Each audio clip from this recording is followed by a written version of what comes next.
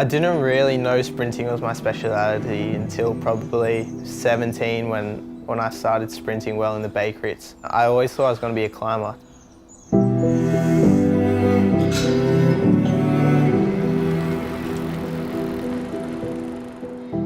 As I got older, as my muscles developed, and I went more into a fast switch sprinting kind of rider. The thing I love most about it, it's being successful and winning. Like, that really draws me to the sport. When you win a race, it just makes all that hard training and dedication that you've had to put into it all worth it. That's the thing that motivates me the most, is that feeling of winning. I feel like you have to kind of grow up a lot quicker than what you usually would have to, and I probably have to handle a lot more pressure than a normal 21-year-old. Sometimes you think, like, what if I didn't do cycling and I was living that normal uni life kind of thing?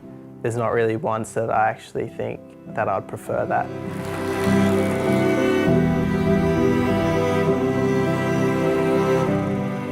You know you've worked super hard in training when your muscles, the lactic acid just builds up and everything absolutely burns. You get some blood tasting in your mouth and you come home and you just feel absolutely empty. I don't know what it is now that makes it so dangerous. I think there's so many more organised lead-out trains. So instead of 10 sprinters kind of fighting for position, it's like 10 teams fighting for positions.